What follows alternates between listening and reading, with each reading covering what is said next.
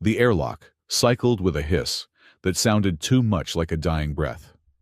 Luther stood motionless as the decontamination mist sprayed over his heavy coat, the droplets clinging to the synthetic fur like morning dew on a carcass. He closed his eyes, counting to 5 in his head.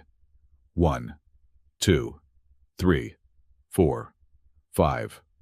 The heavy durasteel doors slid open, revealing the foyer of his orbital estate. It was a cavernous space of black marble and gold, inlay a monument to wealth that felt more like a mausoleum than a home. Luther stepped through his boots, clicking rhythmically against the polished floor.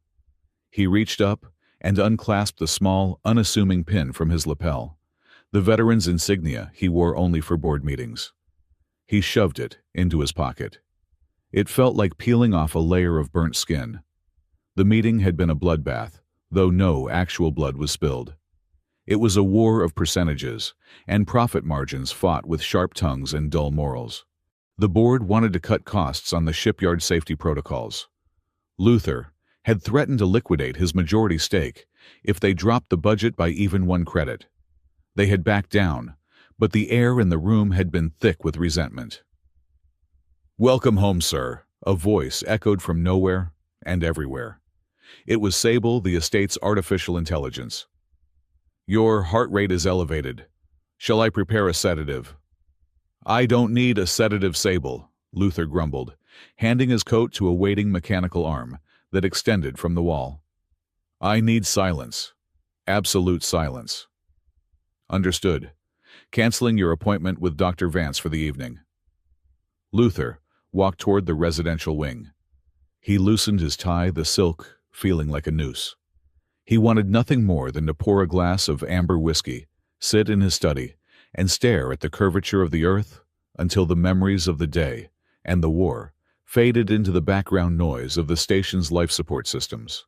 He turned the corner into the velvet corridor, a long hallway lined with tapestries that cost more than most people earned in a lifetime. The lights were dimmed to a soft amber glow, designed to soothe. Then he heard it. It was a small sound, fragile and sharp.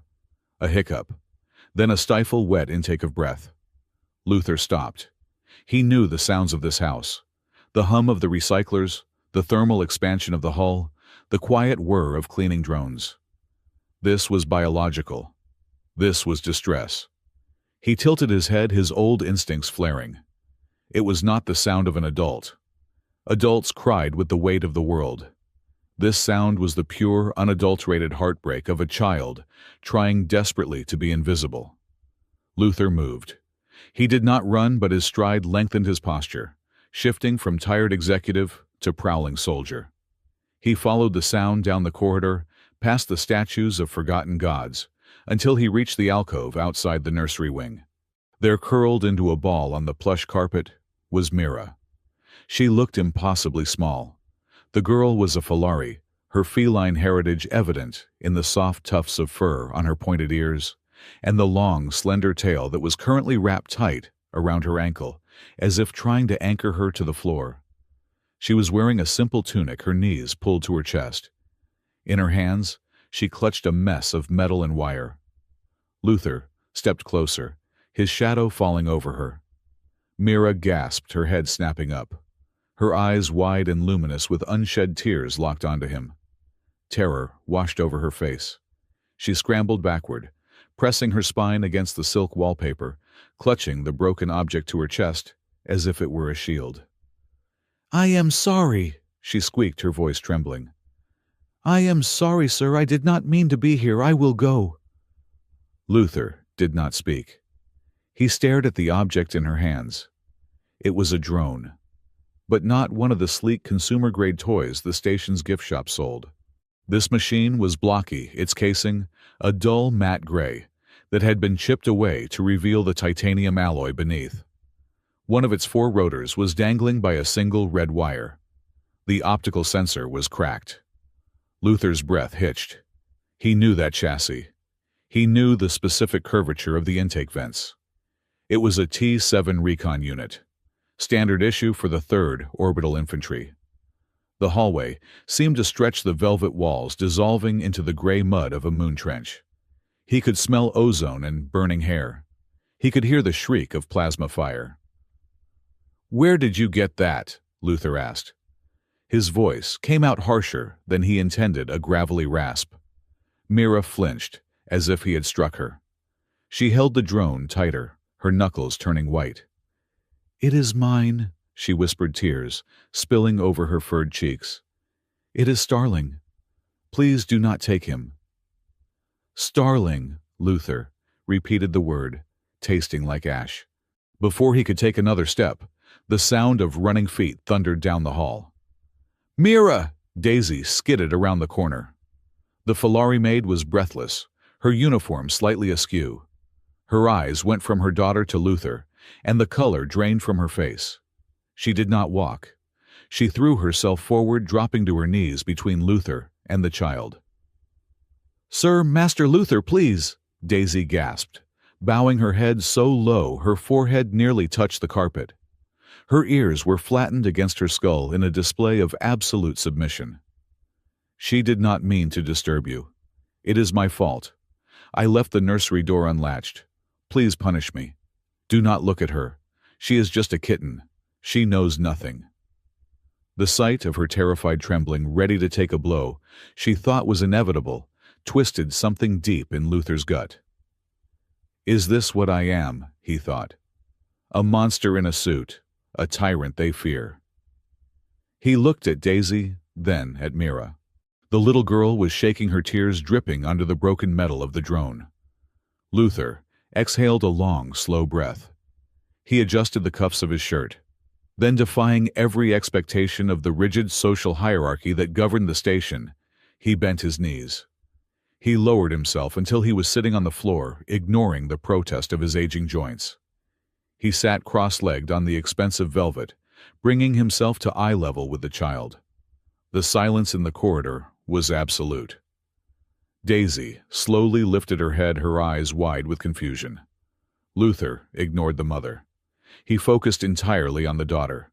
He kept his hands open, palms up, resting on his knees. "That is a T7, Luther said softly. His voice was no longer the bark of a commander or the drone of a CEO. It was quiet, conversational. "The rear stabilizer always had a habit of shearing off if you banked too hard to the left. Design flaw." Mira sniffled, blinking at him. She did not lower the drone. "He is not a T7, she corrected him, her voice wavering but stubborn. "He is Starling, and his wing is broken because I tripped." "You tripped," Luther nodded solemnly. "Gravity is a formidable enemy. I have fought it many times. Usually it wins." A tiny, confused furrow appeared between Mira's brows. She looked at her mother, then back at the terrifying human billionaire sitting on the floor. "Can you fix him?" Mira asked. The question hung in the air, fragile as glass. Daisy gasped. "Mira, do not ask the master to—" Luther held up a hand to silence Daisy. He did not look away from the girl. He leaned forward slightly. "I can fix him," he said. Mira's eyes lit up, a spark of hope cutting through the fear. "However," Luther continued, his face serious, "I am a very expensive mechanic. My time costs thousands of credits per hour." Mira's face fell. She hugged the drone tighter. "I do not have credits. I have a shiny button, and a rock from the hydroponics garden." Luther rubbed his chin, pretending to consider the offer. "A button and a rock. Tempting. But the market rate is higher." He paused, watching her face crumble, then let a small, crooked smile touch his lips. "I will tell you what. I will repair Starling. But my fee is one smile, payable upon completion of the work." Mira blinked. "A smile." "A genuine one," Luther clarified. "No fake teeth showing. I know the difference." "Sir," Sable's voice cut in from the ceiling, speakers dry and crisp. "I feel obligated to inform you that you are currently violating 3 separate subsections of the Upper Orbit Etiquette Guide regarding fraternization with staff dependents and the unauthorized use of executive time for menial labor." Luther did not look up. Sable. "Yes, sir." Mute your vocal processors for the next hour unless the station is on fire. Very good, sir. I shall simply judge you in silence. Luther reached out a hand. May I? Mira hesitated. She looked at the drone, then at Luther's large scarred hand. Slowly, with infinite care, she placed the broken machine into his palm. It was heavy. The metal was cold. Luther ran his thumb over the casing. Underneath the grime and the crude paint Mira must have applied to make it look friendly, he felt the deep scratches of shrapnel. This machine had seen combat. How it ended up in the hands of a maid's daughter was a mystery, but for a moment, the mystery did not matter. Only the repair mattered.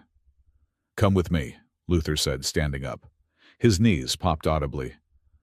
Sir, Daisy scrambled to her feet, dusting off her uniform. Where are you taking her? To my office, Luther said, turning and walking back the way he came. The light is better there, and I have tools. He could feel their shock radiating like heat. He did not wait for them to follow. He knew they would. The office was the crown jewel of the estate. One wall was entirely transparent aluminum, offering a panoramic view of the blue-white marble of Earth rotating below. The furniture was minimal severe and priced at a level that could feed a colony for a year. Luther walked straight to his desk, a massive slab of black kinetic marble imported from the asteroid belt.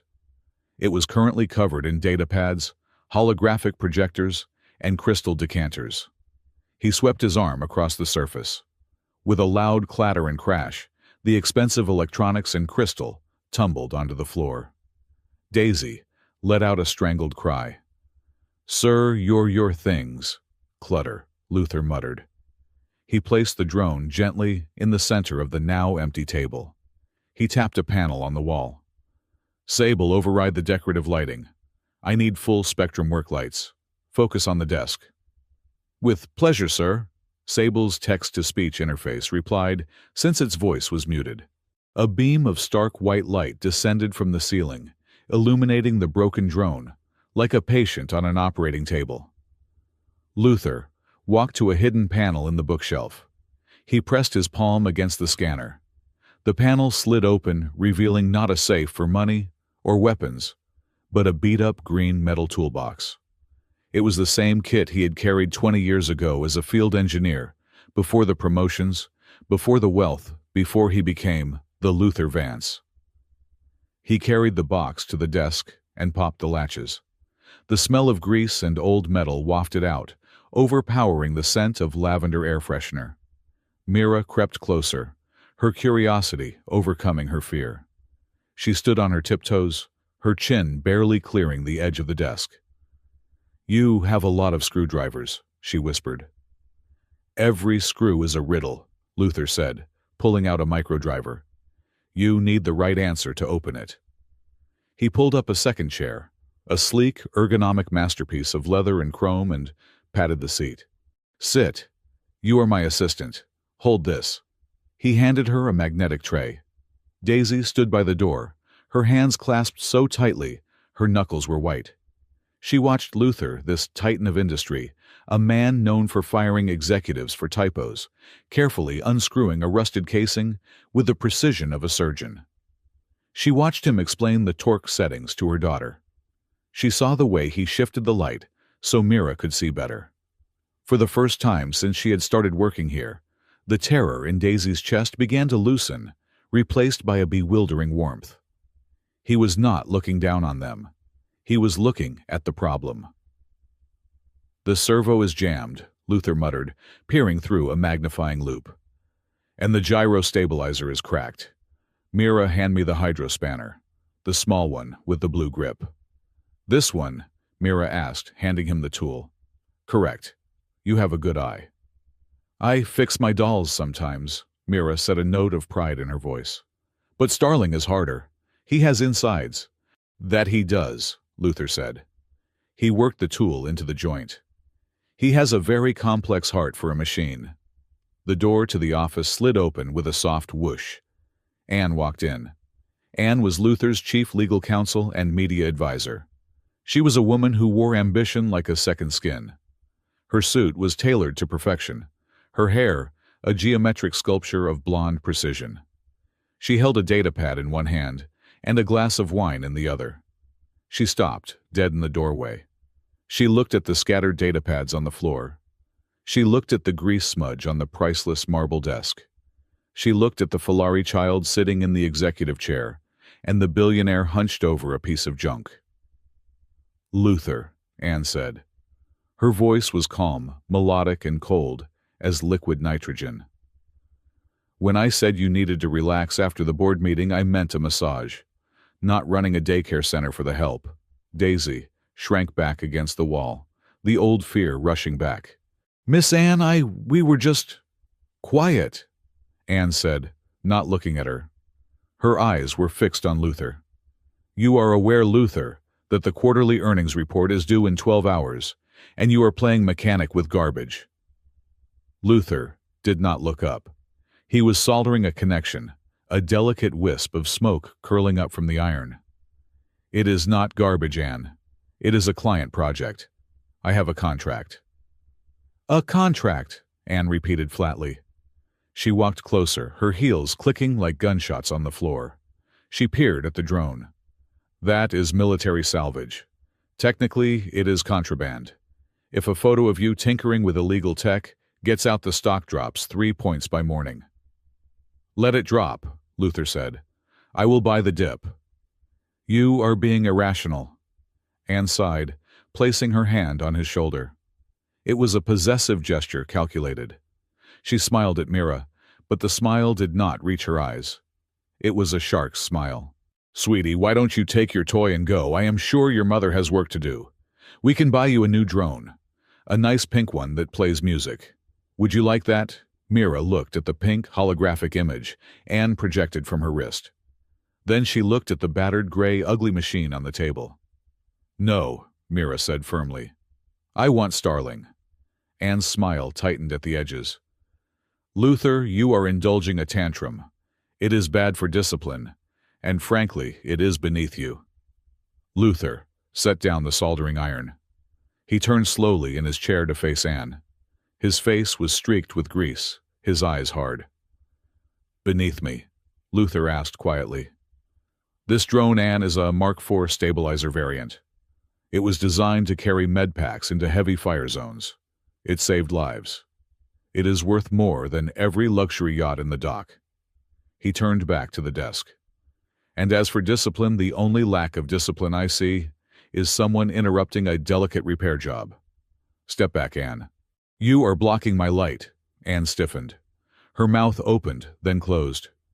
A flash of genuine anger crossed her face quickly, masked by a veneer of professional concern. "Fine. Create your scandal. But don't ask me to clean it up when the tabloids run the headline, 'Billionaire mental breakdown plays with trash, while stockholders burn.'" She retreated to the wet bar, pouring herself a drink, watching them, with eyes that calculated leverage and risk. Luther took a deep breath. "Okay, Assistant Mira. We are ready." "Is he fixed?" Mira whispered. "The hardware is sound," Luther said. "Now we just need to wake him up."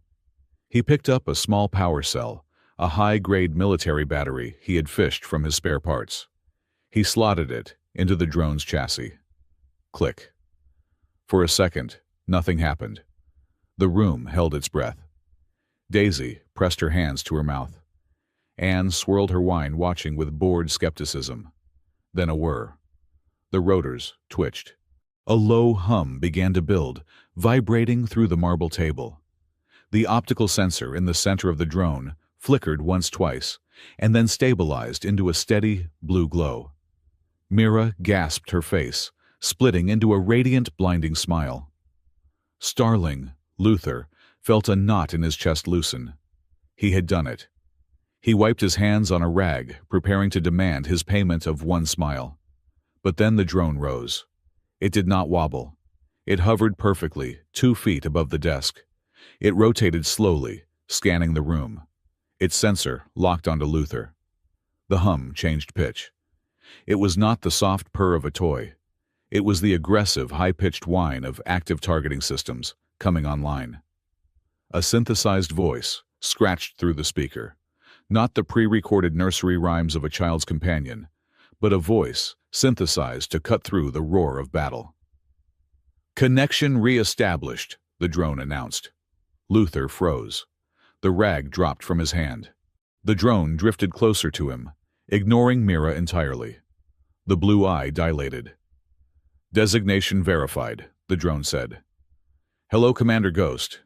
It has been 3,204 days. I have the data you requested from the gray zone."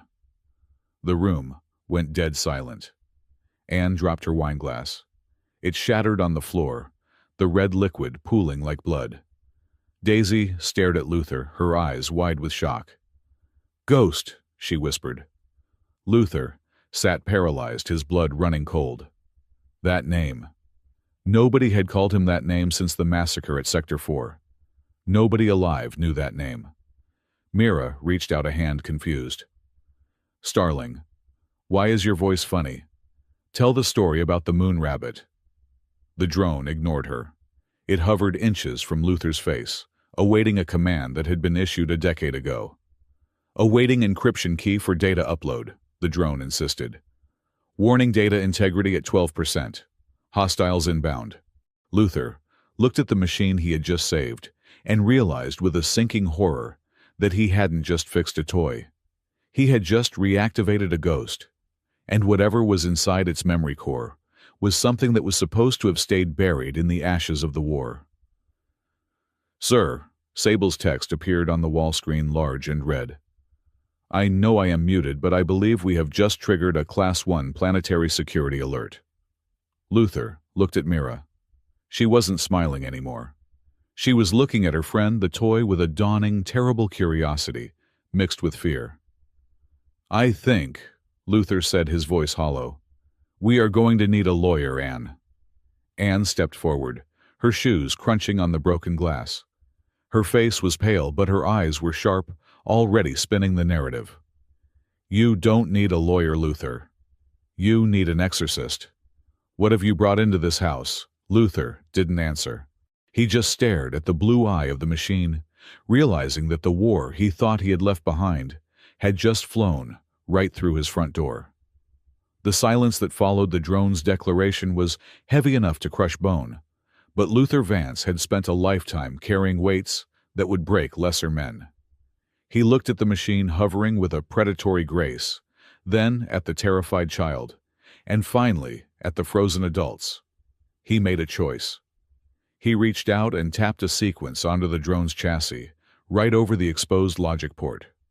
The aggressive blue light of the sensor softened to a warm, confused amber. The military hum died down, replaced by a rhythmic whir that sounded almost like a purr. "Stand down," Luther whispered more to himself than the machine. "Protocol override. You are currently in civilian mode. Your primary mission is—" He looked at Mira.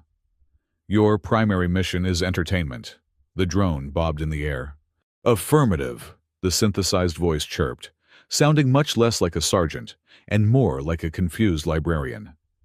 "Resuming narrative function. Searching for fairy tale database." Luther let out a breath he didn't realize he had been holding. He turned his attention back to the table, deliberately ignoring Anne's stare. He picked up a micro-wrench and held it out to Mira. "We are not done yet," Luther said, his voice steady.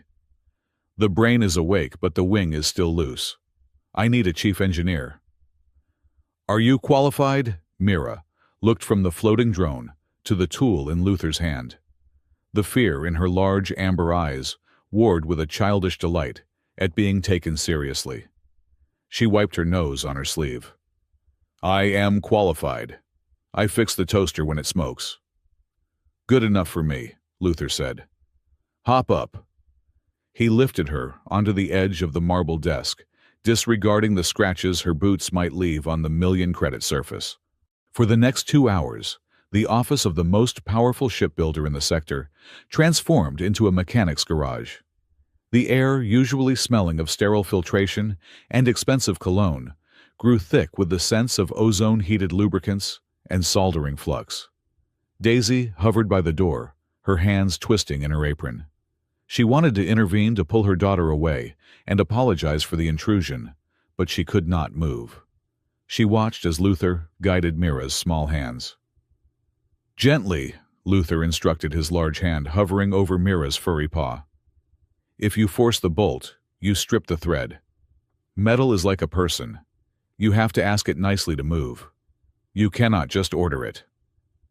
Mira stuck her tongue out the corner of her mouth in concentration. She turned the wrench. There was a satisfying click. "It moved!" she exclaimed. "Excellent," Luther said. "Now the locking nut, counterclockwise." Anne sat in the corner armchair, scrolling through her datapad with furious speed.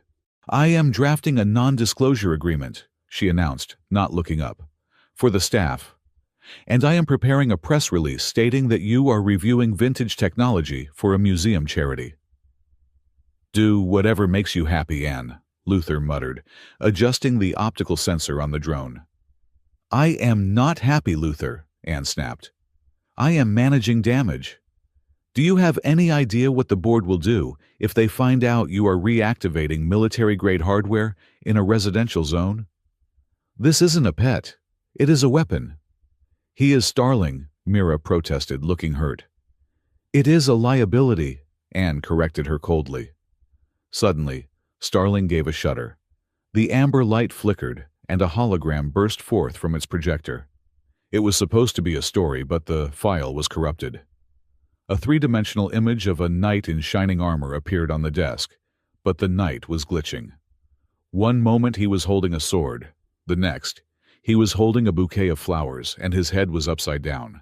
"Once upon a time," Starling narrated its voice, "skipping in a land of artillery fire, the beautiful princess ate a fragmentation grenade and lived happily ever after." Mira burst into giggles. She covered her mouth with both hands, her shoulders shaking. "He is silly. The princess does not eat grenades." Luther felt a smile tug at the corner of his scarred lip. "It is an avant-garde interpretation of the classic text." But as the drone continued to cycle through its broken memories, the air in the room shifted. The smell of the heated solder flux hit the back of Luther's throat. It was sharp, metallic, and acrid. In an instant, the luxury office vanished. Luther was back in the mud of the Perseus Rim. The sky was burning. The air smelled of vaporized copper and charred meat. He was holding a soldering iron then too, trying desperately to bypass the locking mechanism on a blast door, while his squad screamed for him to hurry. The heat was unbearable. His hands were shaking. If he didn't fix it, they were all dead. His hand seized up on the wrench. His breathing became shallow and rapid. The room narrowed down to a tunnel of gray light. "Sir," Daisy's voice came from far away. "Sir, are you well?" Luther couldn't answer. The ghost of the war was not in the drone. It was in his blood. Heart rate spiking, Sable's voice cut through the fog, dry and unimpressed. "Cortisol levels indicate a fight or flight response. Unless the desk is attacking you, sir, I suggest you breathe." Luther blinked, the reality of the office rushing back. He looked down. His hand was gripping the wrench so hard, his knuckles were white. Mira was looking at him, her smile fading into concern. "I am fine," Luther rasped. He forced his hand to relax, setting the tool down with a clatter. He turned to the nearest camera sensor on the wall.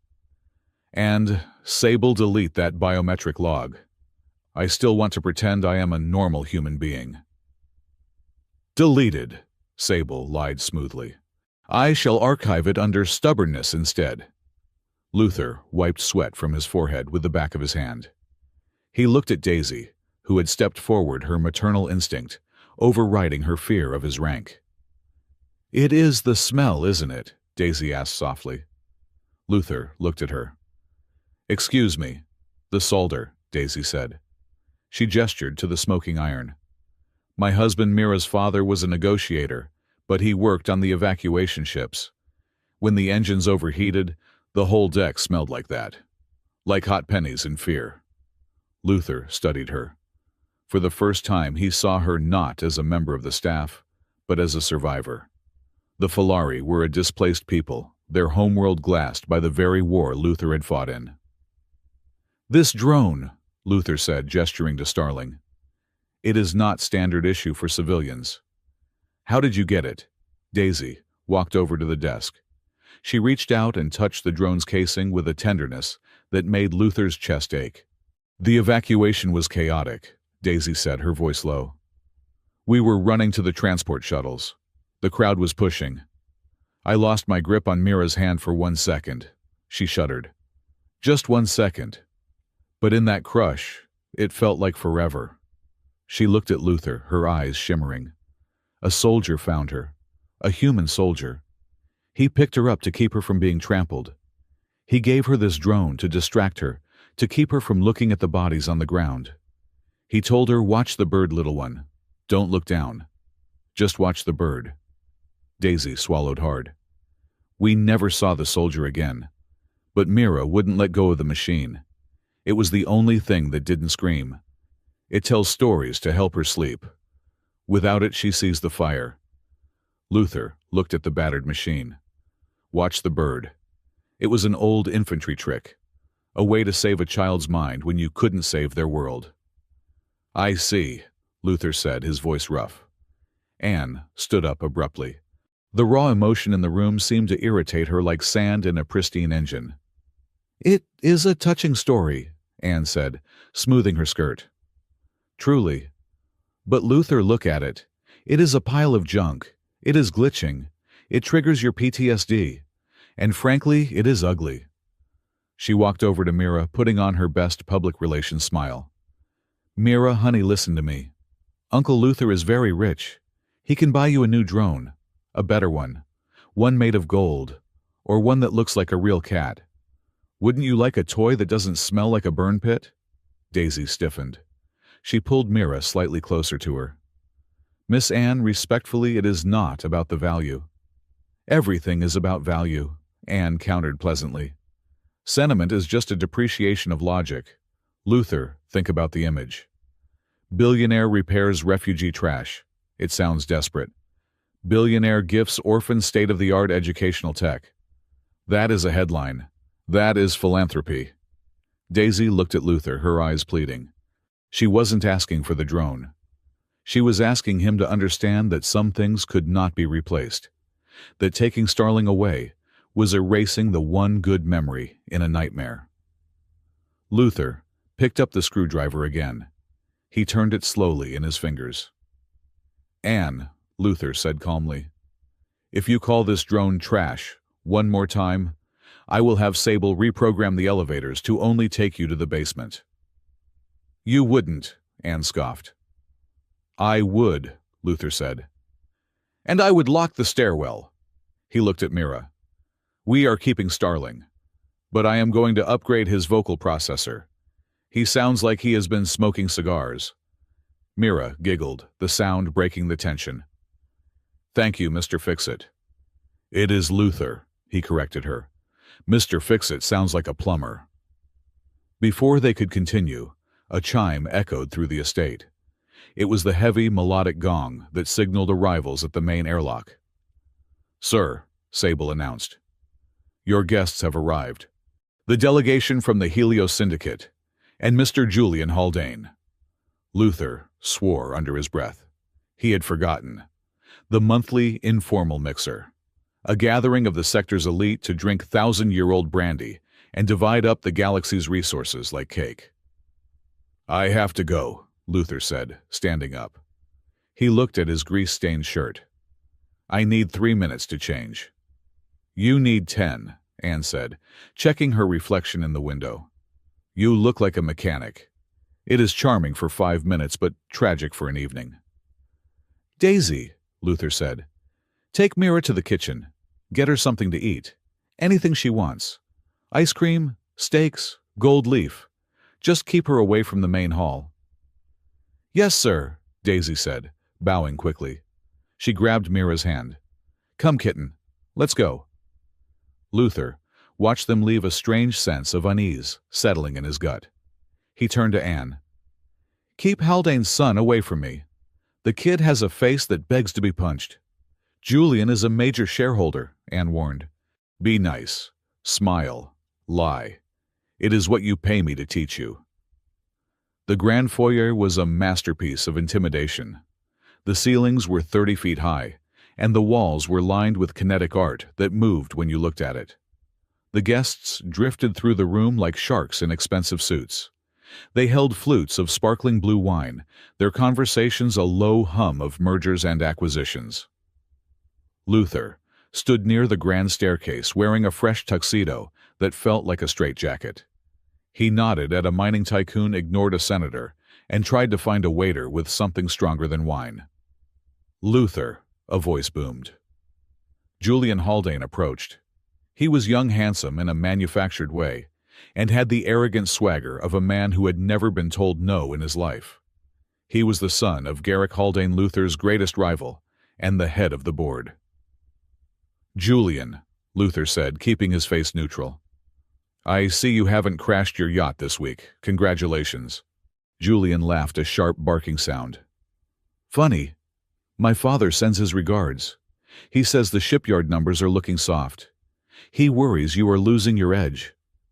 My edge is fine, Luther said. Tell your father to worry about his own perimeter. Julian swirled his drink. You know people are talking. They say you are spending a lot of time alone up here, turning into a hermit. We were betting on whether you had started talking to the furniture. The furniture is more intelligent than most of my board members, Luther replied dryly. Just then, a commotion rippled through the room near the service entrance. Daisy was trying to cross the back of the hall to get to the lift that led to the staff quarters. Mira was trailing behind her, clutching the repaired Starling to her chest. They were trying to be invisible, moving quickly and quietly. But invisibility was impossible when you were a Falari in a room full of humans who viewed aliens as cheap labor. Julian's eyes locked onto them. His lip curled. Well, well, Julian announced loudly, silencing the nearby conversations. I didn't know we were allowing livestock in the main hall. Daisy froze. She pulled Mira against her leg, shielding her. Julian sauntered over his entourage, following with amused smirks. He stopped 2 feet from Daisy, looking down at her with exaggerated disgust. You there, Julian said. Fetch me a napkin. I spilled a drop. I am sorry, sir, Daisy stammered, keeping her head down. I am not on service duty. I am just taking my daughter to... I didn't ask for your life story, Julian interrupted. I asked for a napkin. And tell that creature to put the toy away. It is an eyesore. He gestured at Mira. What is that thing anyway, a scavenger droid? Did you dig it out of a trash compactor? Mira, emboldened by her earlier success with Luther, peeked out. It is not trash. It is Starling, and Mr. Luther fixed him. The room went silent. Julian blinked. Then he laughed. Mr. Luther fixed it. Did you hear that? He turned to the crowd. The great Luther Vance is repairing garbage for stray cats now. How quaint. He leaned in closer to Mira, his voice dropping to a sneer. Listen to me, little vermin. Things like that belong in the incinerator. And frankly, so do things like you. Mira gasped. She turned and ran. She didn't look where she was going. She just wanted to get away from the cruel man with the cold eyes. She sprinted toward the stairs. Mira! Daisy cried out.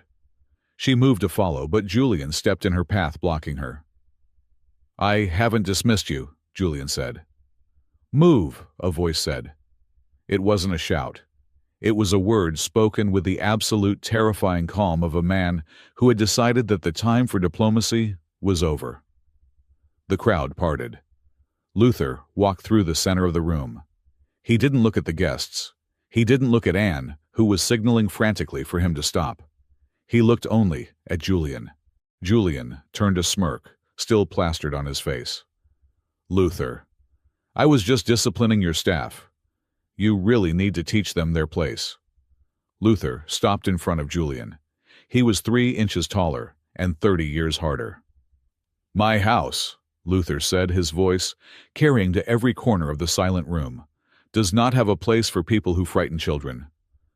"Oh, come on," Julian scoffed. "It is just a Filari, a maid's brat. My father says they are barely sentient. Why do you care? Are you sleeping with the mother?" The slap sounded like a gunshot. It wasn't a fist. Luther had too much discipline for that, but his open palm connected with Julian's cheek, with enough force to spin the younger man around. Julian stumbled, dropping his glass. It shattered blue wine, splashing onto the pristine floor. The room gasped. Luther stood over him. "That," Luther said, "was for the disrespect." He took a step closer. Julian backed away, clutching his red cheek, his eyes wide with shock and humiliation. "And if you ever," Luther continued, his voice dropping to a menacing whisper, "speak to a child under my roof like that again, I will not use my hand. I will use the airlock." "You," Julian stammered, tears of rage in his eyes. "You struck me, my father, the board." "Get out," Luther said. He turned to the security guard standing by the wall. "Escort Mr. Haldane to his shuttle, and charge him for the cleaning of the carpet." Julian was led away, shouting threats that bounced uselessly off Luther's back. The party was effectively over. The guests began to whisper, sensing that the power dynamic in the sector had just shifted violently. Luther walked over to Daisy, who was shaking uncontrollably. "I am sorry," Daisy wept. "I am so sorry, sir. I ruined it. I ruined everything." "You did nothing," Luther said. He looked up the stairs where Mira had fled. "Go to her. Tell her Starling is safe."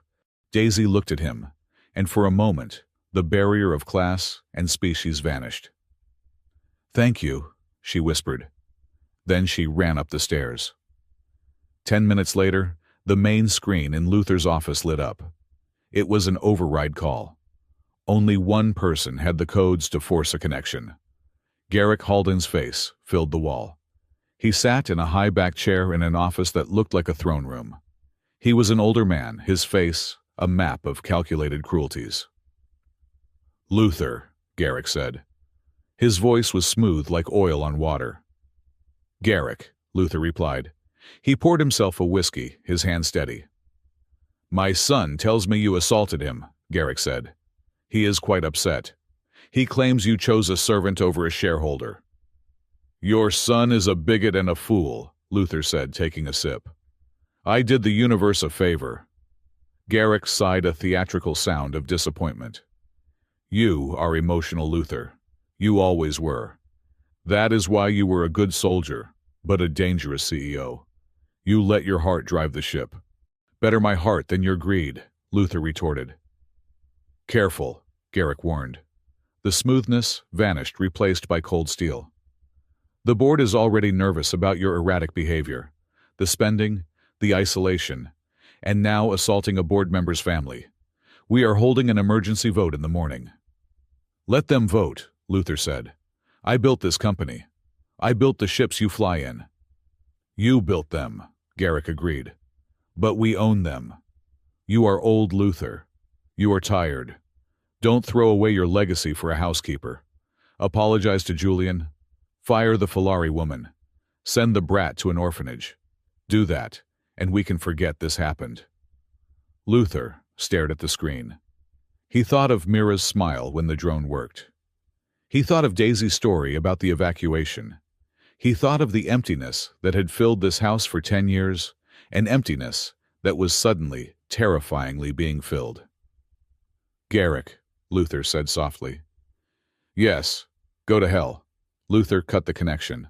The screen went black. "That was unwise," Sable commented from the ceiling. "Statistically speaking, that was suicide." "I know," Luther said.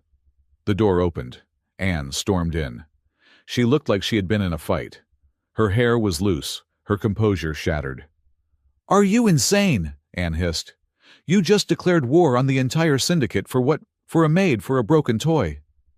"It is not about the toy, Anne," Luther said. "It is about decency." "Decency doesn't pay the bills," Anne shouted. She grabbed his arm, her nails digging into his suit jacket.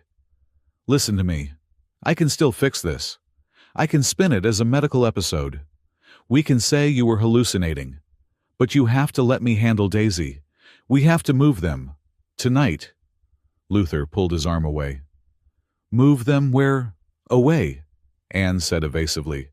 "Somewhere quiet, where they can't be used against you." In the shadows of the hallway, just outside the open door, Daisy stood frozen. She had come down to thank him, but now she pressed herself against the wall, listening.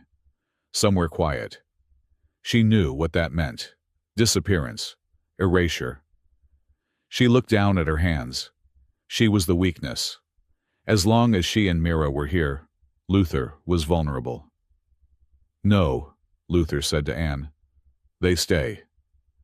"Then you will lose everything," Anne said, her voice dropping to a terrified whisper. "They will strip you, Luther. They will take the company. They will take the house. They will leave you with nothing." "Then I will start over," Luther said. "I have a toolbox." Anne stared at him, realizing with horror that he meant it. She turned and walked out, brushing past the hidden Daisy, without seeing her. Daisy remained in the shadows, tears streaming down her face. She had found a protector, only to realize she was the anchor dragging him down. The consequences were immediate. At midnight, the lights in the estate flickered and dimmed to emergency reserve. "Sir," Petra Luther's head of security walked into the office. She was a woman of few words, carrying a heavy pulse rifle. "We have a problem." "Spit it out," Luther said. He was sitting in the dark, watching the earth rotate below. "Your accounts are frozen," Petra said. "Personal and corporate. The credit cards are dead, and the perimeter grid just locked us in. We are not keeping people out anymore, sir. They are keeping us in." "House arrest," Luther mused. "Quick work."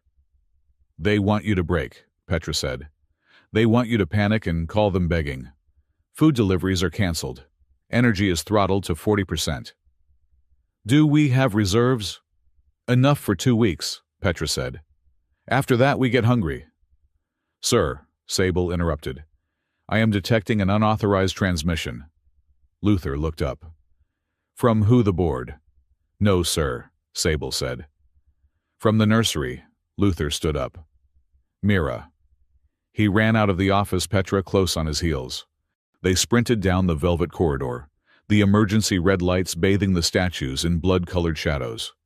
They burst into the nursery. Daisy was not there. The bed was made.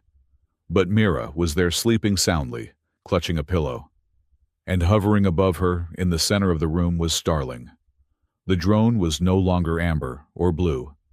It was pulsing with a deep violet light that Luther had never seen before. It was rotating slowly, emitting a high-frequency thrum that vibrated in Luther's teeth. "What is it doing?" Petra raised her rifle. "Don't shoot," Luther ordered.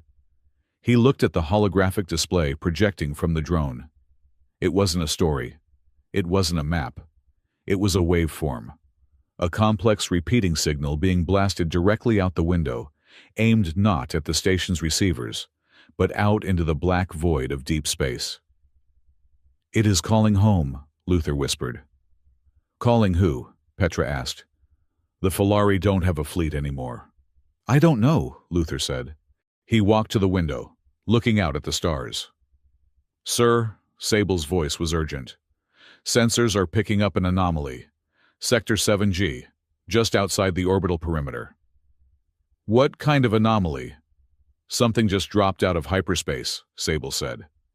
"It has no transponder, no heat signature. It is invisible to standard radar." Luther pressed his hand against the cold glass. Out there in the darkness, something shifted. The stars seemed to block out as if a massive hand had moved in front of them. A response. Starling wasn't just a toy. It wasn't just a soldier's memory. It was a beacon. And something in the dark had just answered the call. Luther looked at the sleeping child. "What have we started?" he murmured. The violet light of the drone pulsed once more, faster now, like a heartbeat anticipating a reunion. Or an invasion. The anomaly outside the reinforced glass of the observatory did not look like a ship. It looked like a tear in the fabric of the night, a shimmering opalescent scar against the black canvas of space. It did not have engines, exhaust ports, or the brutal industrial geometry of human vessels. It hung there silent and motionless, refracting the light of the distant twin suns into a kaleidoscope of violet and gold. "It is not hailing us," Petra said, her voice tight. She stood by the console, her fingers flying over the tactical display. "It is just parking, right inside our defensive perimeter. It bypassed the sensor grid like it wasn't even there." Luther stared at the vessel. He felt a strange vibration in his teeth, a low-frequency hum that seemed to bypass his ears and resonate directly in his bones. "It is beautiful," Mira whispered. She was standing on a chair, pressing her nose against the cold glass. Starling the drone hovered beside her, pulsing with the same violet rhythm as the ship outside. "It is a target," Petra corrected grimly. "And we are sitting ducks. Surboard security has just breached the outer airlock. They are not knocking. They are cutting through." Daisy stood in the shadows, near the door, her face as pale as the marble floor. She was staring at the alien ship with a look of devastation. She wasn't afraid of the invasion. She was afraid of the rescue. "It is the Ethelgard," Daisy whispered the name, sounding like the breaking of glass. "The flagship of the Third House. They found us." Luther turned to her. "They? You mean your people?" "I mean the past I ran away from," Daisy said, her voice trembling. "Starling's signal didn't just go out to space. It went to the royal frequency. They think I am being held hostage." "Well," Luther said, checking the charge on a small pulse pistol he had pulled from a hidden drawer in his desk. "Considering Haldane's goons are currently melting through my front door to arrest us all, your friends might have the right idea. We are leaving." "Leaving." Anne's voice crackled over the comm system, sounding distorted and frantic. She wasn't in the room. She was calling from her shuttle, likely hovering at a safe distance. "Luther, don't be an idiot. If you run, you look guilty. Stay and negotiate." "I am done negotiating with people who threaten children," Luther said calmly. He shot the comms panel, severing the connection.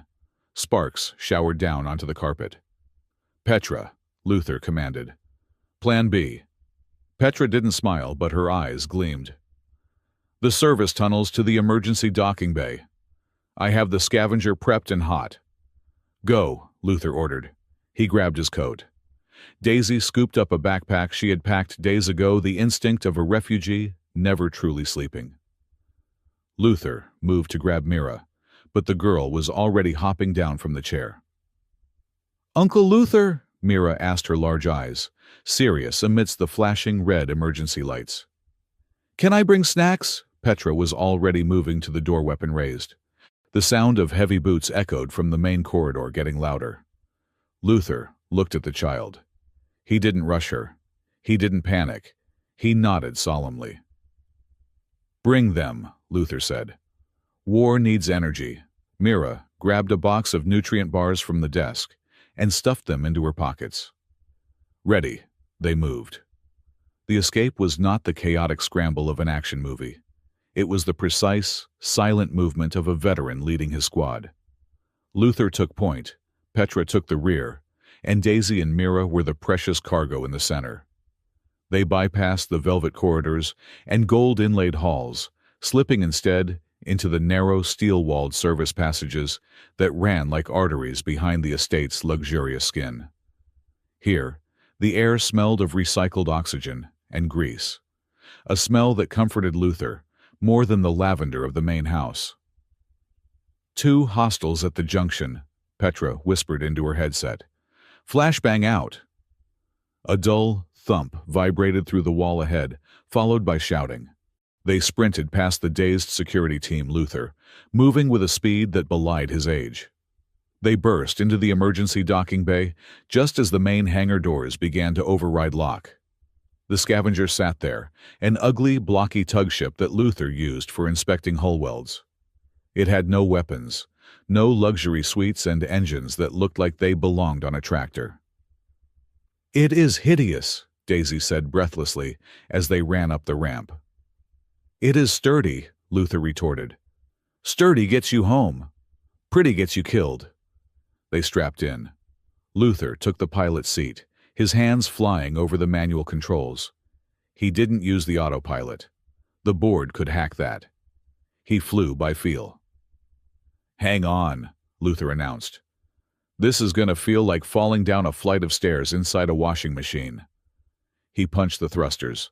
The clamps released with a groan, and the Scavenger shot out of the bay, narrowly missing the sleek board interceptors that were swarming the estate. "Where are we going?" Mira squealed, half in terror, half in delight, as the G-force pressed her into the seat. "To the shiny ship," "To the shiny ship," Luther confirmed. He banked hard, dodging a warning shot from a security cruiser. The massive Falari vessel loomed ahead, growing larger, until it swallowed their entire field of view. It didn't have a docking bay door. Instead, a section of the crystalline hull seemed to liquefy, opening a shimmering fluid portal. "They are going to eat us," Petra muttered, gripping her rifle. "No," Daisy said softly from the back. "They are inviting us in." Luther guided the tug into the breach. The transition was instant. One moment they were in the hard vacuum of space.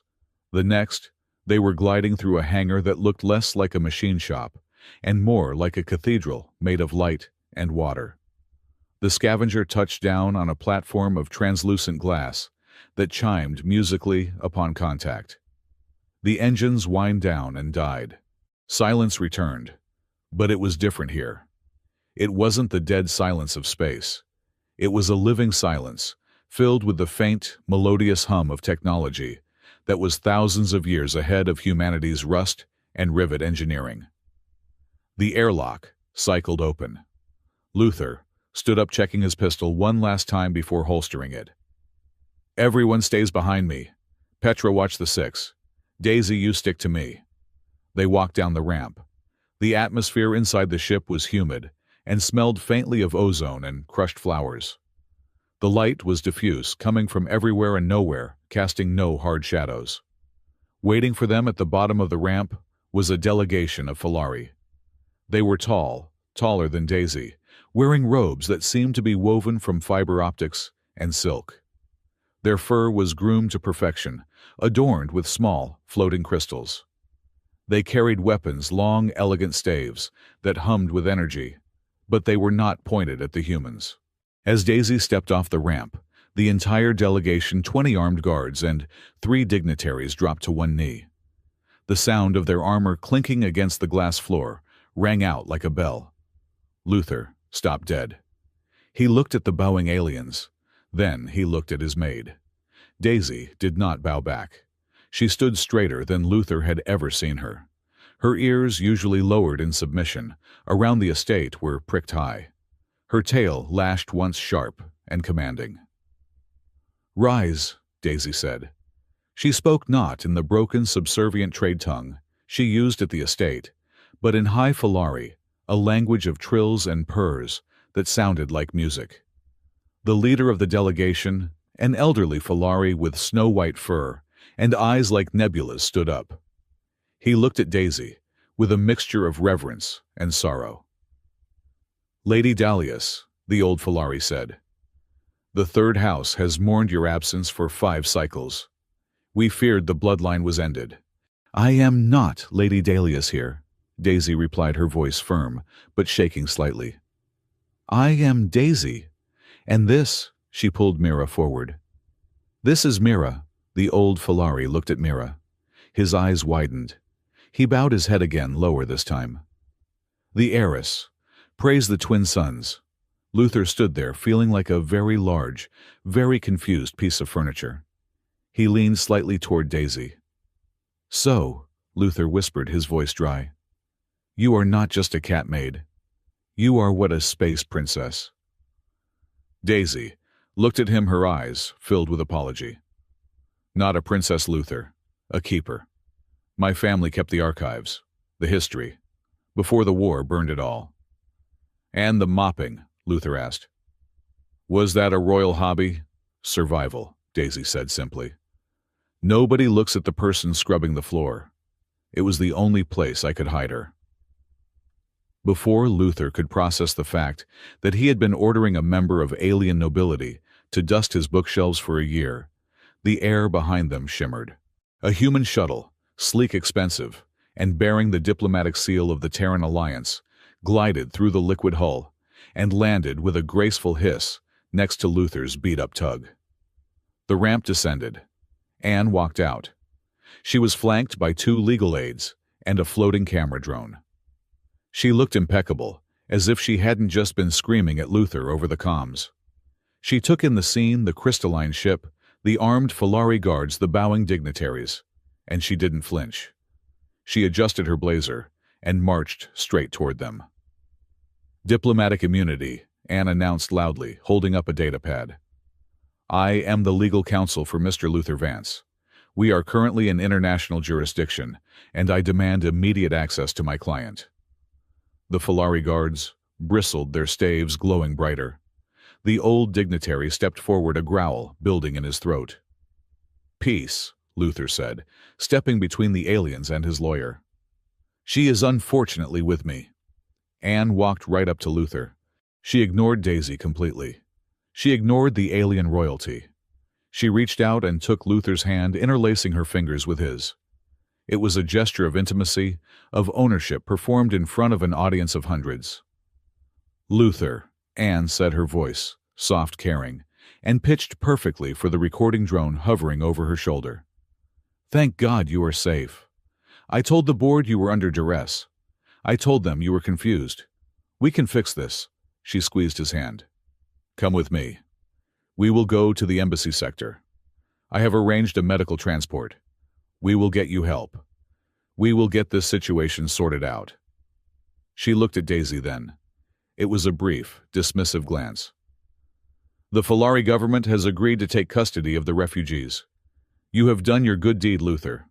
Let them go." Luther felt Anne's hand in his. It was cool, dry, and familiar. It was the hand of his world, the world of contracts, safety, and power. He looked at Daisy. Daisy was watching Anne hold Luther's hand. She didn't snarl. She didn't assert her royal status. She simply let go of Mira's shoulder and took a half step back. Her ears lowered. The light in her eyes dimmed. She looked once again like the maid who expected to be dismissed. That silence hit Luther harder than a physical blow. If she had yelled, he could have argued.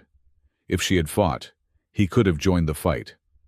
But her silence was a resignation. It was her saying, "I know I do not belong in your world. I know she fits there, and I do not." Luther gently pulled his hand away from Anne. "I am not confused, Anne," Luther said, "and I do not need a doctor." "You are throwing away your life," Anne hissed, her mask slipping. "Look at where you are. You are on an alien warship standing next to a fugitive servant while the board prepares to seize your assets. Are you trying to become a martyr?" "I am trying," Luther said, looking at Daisy, "to figure out why my drone is screaming." Everyone turned. Mira was holding Starling. The drone had floated out of her hands and was now rising toward the high, vaulted ceiling of the hangar. The violet light it emitted became blinding. The crystals in the walls of the ship began to resonate, humming in harmony with the drone. "The memory core," the old Falari dignitary gasped. "It is syncing with the ship's ancestors," Starling spun. A hologram erupted from it, but this time, it wasn't a small glitchy image on a desk. It was massive, projected into the air, filling the entire hangar with light and shadow. It was a memory. The scene was chaotic. Smoke, fire, the jagged skyline of a Falari city crumbling under bombardment. The viewpoint was from the drone's camera, shaky and frantic. "Sector 4, Luther whispered. The blood drained from his face. "I was there." The audio crackled, screams, explosions, and then a voice, a human voice barking orders over the comms. "Burn it, burn the archives, no witnesses. We want the mineral rights, not the history." In the hologram, a figure ran into the frame, a male Falari tall, wearing the robes of a keeper. He was carrying a bundle of baby. He was running toward a human soldier. The soldier in the memory turned. He was younger, his face smeared with soot, but the eyes were unmistakable. It was Luther. The Falari father fell struck by a stray plasma bolt. He crawled forward, shoving the bundle toward the human soldier. "Take her!" the Falari shouted, in broken trade tongue. "Take the child. The truth is in the drone. Save her." The memory, Luther, hesitated. He looked at his orders. He looked at the burning city. Then he threw down his rifle. He scooped up the bundle baby Mira and grabbed the drone hovering nearby. The memory flickered. The point of view shifted. The drone was recording as the memory Luther turned to his squad leader. "I am calling in an evac," the younger Luther shouted. "Negative, Sergeant Vance," the squad leader replied. "Orders are total liquidation." "Then I am disobeying orders," memory Luther growled. "If you want to shoot the kid, you have to shoot me first." The hologram froze on that image. Young Luther standing amidst the ruins, shielding an alien baby, with his own body defying his own army. The projection faded. Starling slowly drifted down, landing softly in Mira's waiting arms. The hangar was silent. The Falari guards were staring at Luther, their expressions shifting from hostility to shock. Daisy covered her mouth with her hand, tears streaming down her face. She looked at Luther, as if seeing him for the first time. "It was you," she whispered. "My husband gave Mira to you." Luther stood rooted to the spot. He remembered saving the baby. He remembered the chaos. But he had blocked out the face of the father. He had blocked out the specific orders. "I didn't save him," Luther said, his voice rough with shame. "I only saved the girl. I left him there." "You saved the future," the old dignitary said, stepping forward. He placed a hand on his chest and bowed to Luther, not as a superior to an inferior, but as an equal. "We thought the keeper was lost to the fire. You carried our hope when our own allies abandoned us." Anne broke the moment. She clapped her hands, a sharp, cynical sound. "Touching," Anne said. "Truly cinematic. But here is the reality check. Garrick Haldane just went live on the global feed." She tapped her datapad, projecting a news stream into the air between them. Garrick Haldane's face appeared. He looked grave, the picture of a concerned leader. "Citizens," Haldane said, "it is with a heavy heart that I confirm the betrayal of Luther Vance. We have uncovered evidence that he has been stealing military-grade technology, specifically data drones containing classified troop movements, and selling them to Falari insurgents. He is currently sheltering a known Falari spy in his estate. The board has voted to strip Mr.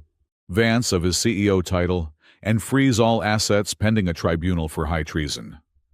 The feed cut to images of Luther's estate being raided. "Treason," Anne said, turning off the projection. "The penalty is life in a cryocell, or execution depending on the mood of the judges." She stepped closer to Luther, her voice dropping to a whisper.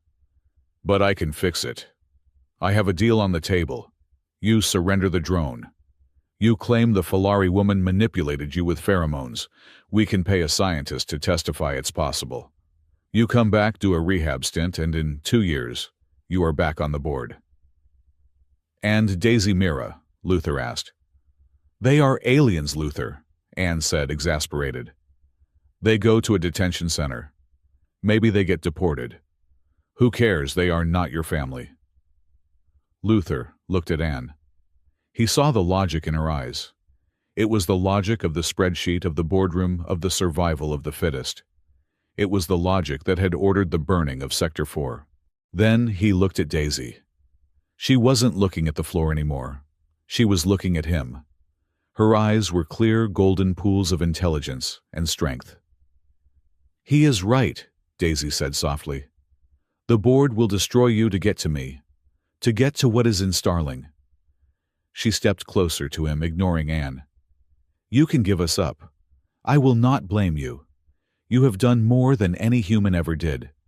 You gave me my daughter." She paused, and then she asked the question that hung in the air like a blade. "But Luther, do you trust me?" It wasn't a question about the drone. It wasn't a question about the war. It was a question about who he was. Luther looked at his hands, hands that had built ships, hands that had fixed a broken toy, hands that had held a rifle. "Anne," Luther said. "Yes." Anne pulled out a digital contract ready for his thumbprint. "You are fired." Anne froze. "Excuse me." "You are fired," Luther repeated, his voice gaining strength. "And you are trespassing on my ship." "Your ship?" Anne scoffed. "This is an alien vessel. You have nothing, Luther. You are bankrupt." Luther reached out and took Daisy's hand. He didn't do it for the cameras. He did it because he needed the anchor. "I have a toolbox," Luther said, smiling the first genuine smile he had worn in years. "And I have a family. That is not nothing." He turned to the Falari dignitary. "Sir, if you would be so kind, I believe this human is annoying your keeper." The old Falari smiled, revealing sharp, predatory teeth. "It would be my pleasure." Two guards stepped forward gently, but firmly, escorting a sputtering, furious Anne back to her shuttle. "You will regret this," Anne screamed as the ramp closed. "You will die out here, Vance, you hear me? You are finished." The shuttle lifted off, blasting away into the dark. Luther let out a long breath. He felt lighter. Terrified, yes. Broke, definitely. But lighter. "Well," Luther said to Daisy, "I suppose I am unemployed." "We are hiring," Daisy said, squeezing his hand. "Though the pay is mostly in gratitude and fish." "I like fish," Luther said. "Sir," Petra interrupted, looking at her tactical scanner. "I hate to ruin the romance, but Haldane wasn't lying about the treason charge. A Federation blockade fleet is moving to intercept us. We have maybe an hour before they start shooting." "We need the data from Starling," Luther said. "The drone said the truth is inside. If we can prove Haldane ordered the massacre at Sector 4 to steal mineral rights, we can flip the treason charge onto him." "We have the drone," Mira said, holding Starling up. "Ask him." Luther knelt down. "Starling, access the final file, the one encrypted by the Keeper." The drone beeped. "Accessing file Legacy of Ash. Warning, biometric encryption detected." "It needs a scan," Luther said. "Daisy, it must be you. Or Mira." Daisy stepped forward. She placed her hand on the drone. "Access denied," the drone chirped. Daisy frowned. "Try Mira." Mira placed her small hand on the sensor. "Access denied," the drone repeated. Luther frowned. It was the father. Maybe it is keyed to his specific DNA. "No," the drone corrected. "Encryption key was added post-transfer. Author unknown." "Post-transfer?" Luther asked. "You mean after I picked you up?" "Affirmative." Luther's heart skipped a beat. "Scan me." He placed his hand on the drone. "Access denied." "Then who?" Petra asked. "Who else touched this drone in the last 10 years?" Luther stared at the machine. He thought back to the repair session in his office, the moment the drone woke up. "Anne," Luther whispered. "What?" Daisy asked. "Anne," Luther said, his voice dropping to a horrified whisper. "In the office. She touched it. She said it was trash. But she was holding her datapad near it. She wasn't scanning it for damage. She was uploading a lock." "Why would she do that?" Mira asked. "Because," Luther said, a cold realization washing over him. "Anne wasn't just my lawyer. 10 years ago, she was a junior legal aide for the Military Oversight Committee. She was the one who processed the mission logs for Sector 4. He looked at the drone, seeing it now, not as a witness, but as a vault. "Haldane didn't just order the strike," Luther said grimly. "Someone had to bury the paperwork. Someone had to make sure the mineral rights transfer looked legal." He looked at the black sky where Anne's shuttle had disappeared. "She didn't come here to save me," Luther said. She came here to make sure I never opened the one file that implicates her. So we are locked out, Petra said. And the fleet is coming. No, Luther said. He stood up, his eyes hard. A lock is just a riddle, and I have never met a machine I couldn't break. He turned to the Falari dignitary. I need your engine room, and I need every ounce of power this ship has. We are going to crack this drone open even if we have to melt it down to do it. And if we fail, Daisy asked quietly. Luther looked at her, then at Mira, then at the stars. Then we go down fighting, Luther said. But we are not running anymore. The tribunal chamber of the interstellar judiciary spire was not designed for justice. It was designed for theater. The room was a vast circular coliseum of polished obsidian and floating gravity pods suspended over a seemingly bottomless drop that led to the planet's core. The lighting was harsh, clinical, and designed to make the accused look pale and the accusers look divine. Luther stood on the central platform, a lonely island of metal in the void. He wore his best suit, but it felt like a costume. Beside him stood Daisy, her hands clasped in front of her apron, a ridiculous garment to wear to a trial, but they had given her no time to change. She looked small, trembling, her feline ears pressed flat against her skull.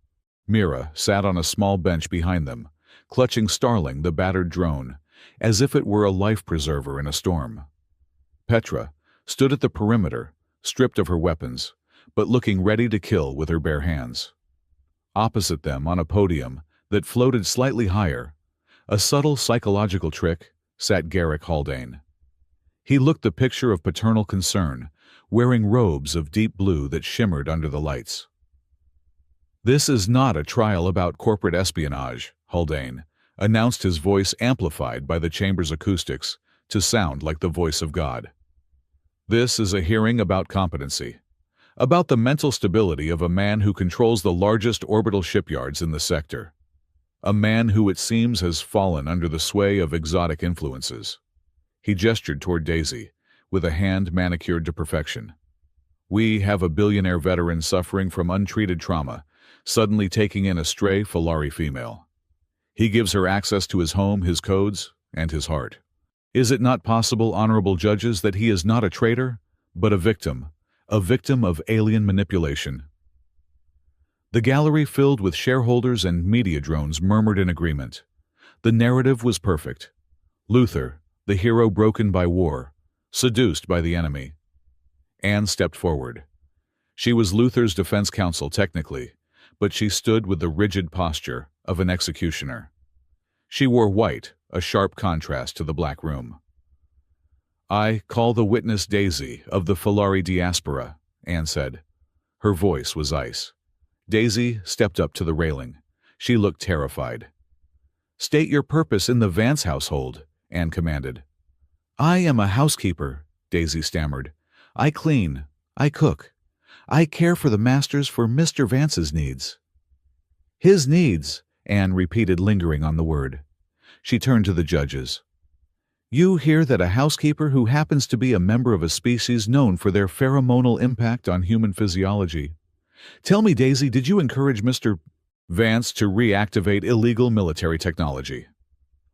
No, Daisy cried. It was broken. Mira found it. He fixed it because he is kind. Kind, Anne scoffed. Or compliant, did you tell him about the encrypted data inside? I did not know. You are a keeper of the archives, are you not? Anne pressed, her voice rising. You are not just a maid. You are Falari nobility in hiding. You infiltrated his home. You used his resources. You used his loneliness. Daisy shrank back, tears welling in her large amber eyes. I just wanted my daughter to be safe, that is all. Luther slammed his hand on the railing of his pod. The sound echoed like a gunshot. Enough, Luther growled. Control your client, the chief judge warned from above. Luther ignored the judge. He looked at the row of wealthy, powerful men and women floating in their judgment pods, people who had never held a wrench, never fired a rifle, never fixed anything in their lives. You ask why she is in my house. Luther's voice was rough, scraping against the sterile silence of the room. I hired her because she scrubs the floors you people are too proud to touch. I hired her because she works 18 hours a day to feed a child, while you sit here debating profit margins. He pointed a finger at Haldane. I hired her because she keeps a clean house, whereas you gentlemen, you seem intent on soiling the entire universe. A gasp rippled through the chamber. Haldane's smile faltered for a fraction of a second. Insolence, Haldane hissed. He is unstable. I move for immediate incapacitation and transfer of assets. Denied, the chief judge said, though he looked annoyed. We must examine the evidence. Bring forward the device. A bailiff, a hulking robotic unit, approached Mira. Surrender the device, the machine droned. Mira looked at Luther. Luther nodded once. It is okay, kid. Let them look. Mira handed Starling to the bailiff. The robot floated the drone up to the center of the room, directly between Luther and the judges. Activate playback, the chief judge ordered. The drone hummed. The blue light flickered on. And then the lights went out. It was not a malfunction. It was a hard cut. The hum of the gravity pods died, and the entire room plunged into absolute suffocating darkness. Security! Someone screamed. Stay down! Luther roared, grabbing Mira and pulling her off the bench and under the heavy metal railing of the platform. Chaos erupted. In the dark, the sound of magnetic boots clamping onto metal rang out heavy, rhythmic military footsteps. This was not a power failure. It was a raid. Get the drone, secure the girl, a voice shouted in the dark, a mercenary voice, professional and cold. Red laser sights sliced through the blackness, searching. Daisy, Luther shouted. I am here. Her voice was close, but it was different. It was not the voice of the maid. It was a low, guttural snarl. A beam of light from a guard's flashlight swept over the platform. It caught a mercenary lunging for Mira. Before Luther could move, a shadow blurred across the light. Daisy. She did not slap or scratch like a human. She moved with the fluid, terrifying grace of a predator. She leaped, her legs uncoiling with massive force. She collided with the mercenary, her claws usually kept filed short for domestic service, but now extended flashing in the strobe light. The mercenary screamed as his armor was shredded. Daisy kicked off his chest, landing in a crouch in front of Mira, hissing, her eyes glowing in the low light. Do not touch her, Daisy growled, the sound vibrating in the floor. Two more mercenaries jumped onto the platform. Luther didn't have a weapon, but he had the environment. He grabbed the heavy, solid oak chair Mira had been sitting on. Petra, 3 o'clock, Luther shouted. He swung the chair. It connected with the first mercenary's helmet with a sickening crunch of wood and plastisteel. The man went down. Petra, appearing out of the gloom like a phantom, didn't need a weapon. She used the mercenary's own momentum, grabbing his rifle barrel and twisting. There was a snap of bone, a howl of pain, and Petra had the rifle. Thump, thump, 2 controlled shots. The second mercenary dropped. We have to move, Petra yelled over the screams of the panic-stricken crowd. They are sealing the exits. Luther grabbed Mira with one arm, shielding her head. Daisy, on me. They ran. The layout of the tribunal was a circle, but the gravity pods were failing. The platform tilted dangerously. Luther grabbed a hanging cable part of the suspended microphone system and wrapped it around his arm. Hold on, Luther yelled. He jumped. It was a 20-foot swing across the abyss to the maintenance catwalk. Mira screamed, burying her face in his chest. Daisy followed, leaping with impossible agility, landing silently on the metal grating. Petra covered them, firing suppressing shots back at the platform where Haldane's men were swarming. They scrambled into the maintenance corridor. The emergency lights here bathed everything in a sickly, pulsing crimson. The drone, Mira cried. We left Starling. I have him, Petra said, patting the cargo pouch on her belt. I grabbed him before I grabbed the gun. Priorities. They sprinted down the hallway. Luther's lungs burned. He was old for this. His knees protested with every step, but the adrenaline was a powerful drug. As they rounded the corner toward the emergency service lift, Luther saw something that made him skid to a halt. At the far end of the corridor, standing calmly by the open blast doors, was Anne. She wasn't running. She wasn't panicked. She was holding a data pad, the screen illuminating her face with a ghostly white glow. She looked at her watch, then looked up and saw them. For a second, their eyes locked. Anne didn't wave. She didn't call out for help. She simply stepped backward into the shadows of the service bay, and the blast doors began to slide shut. "She is closing it!" Daisy yelled. "No!" Luther gasped, sprinting harder. "She is waiting!" Daisy looked at Luther, her eyes wide. She had seen Anne disappear from the podium the second the lights went out. And now, here she was at the only viable exit moments before they arrived. It was too precise. "She knew," Daisy whispered, as they dived through the closing doors, rolling onto the cold concrete of the docking bay. Luther, she knew. Luther didn't answer. He couldn't. The realization was a cold knot in his stomach, but survival came first. They were in the private hangar bay. Haldane's blockade ships were visible through the atmospheric force field, sleek, predatory interceptors, waiting to vaporize anything that tried to leave. "We can't take a shuttle," Petra said, checking the ammunition in her stolen rifle. "They will blow us out of the sky before we clear the maglock." "We are not taking a shuttle," Luther said. He ran toward a control console on the wall. He punched in a code, not a command code, but a maintenance override. "What are you doing?" Daisy asked, pulling Mira close. "I am calling a tow truck," Luther grunted. He opened the wideband frequency. It was a channel used by the working-class ships of the sector, the garbage haulers, the ice miners, the repair tugs. The ships that belonged to his company, but not to the board. The ships crewed by men and women Luther had personally hired, whose children he had put through school, whose medical bills he had quietly paid. "All stations, this is Luther Vance," he spoke into the comms, his voice steady. "I am at the Judiciary Spire. I have a code black situation.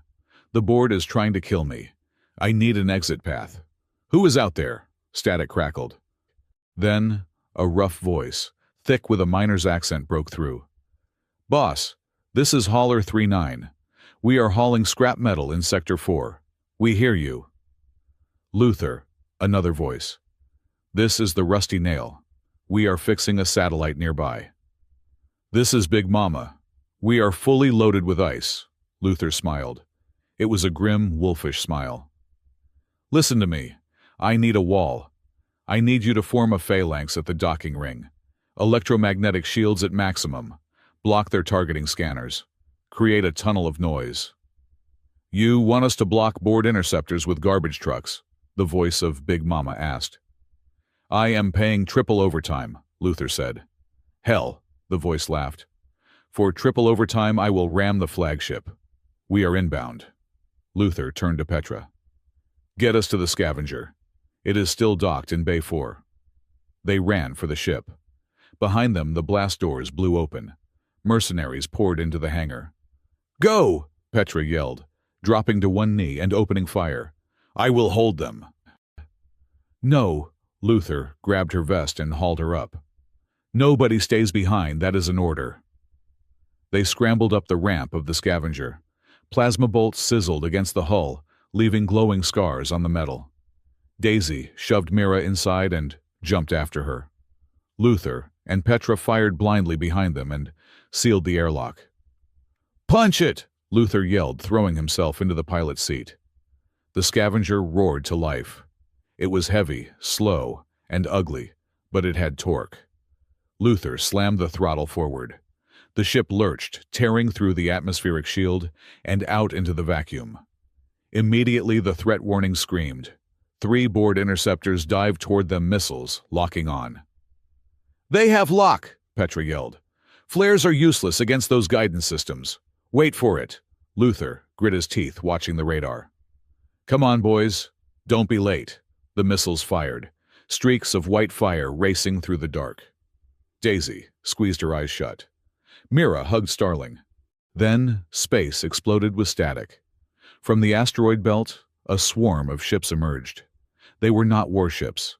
They were massive rusting hulks barges the size of cities' tugs with engines, held together by duct-tape mining vessels covered in rock dust. They didn't shoot. They just existed.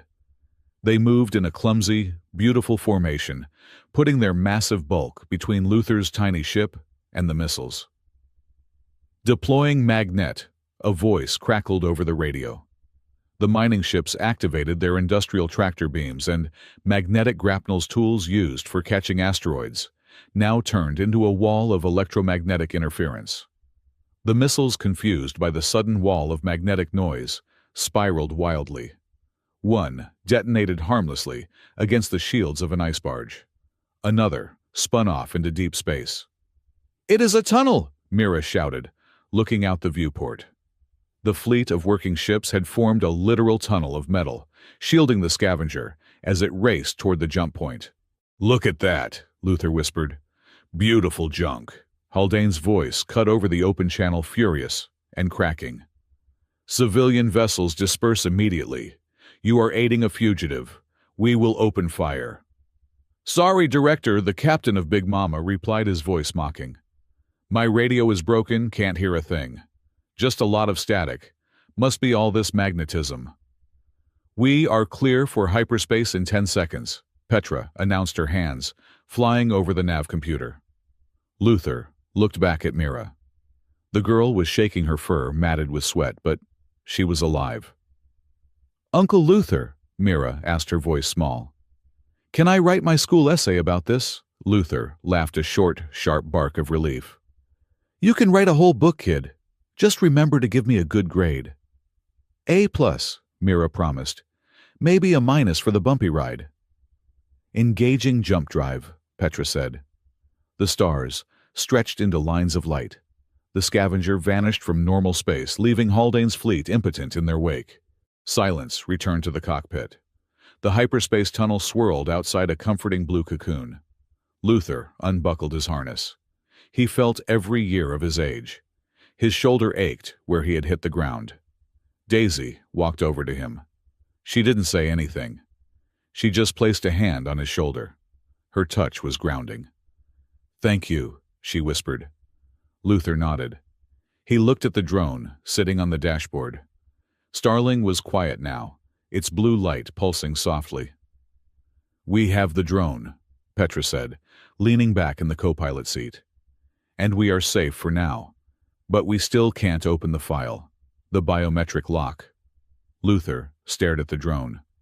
The adrenaline was fading, replaced by the cold, hard logic of the engineer. "I have been thinking about that lock," Luther said slowly. "The drone said the encryption was added post-transfer, after I saved Mira." "Yes," Daisy said. "We tried everyone. Me, Mira, you. It didn't work."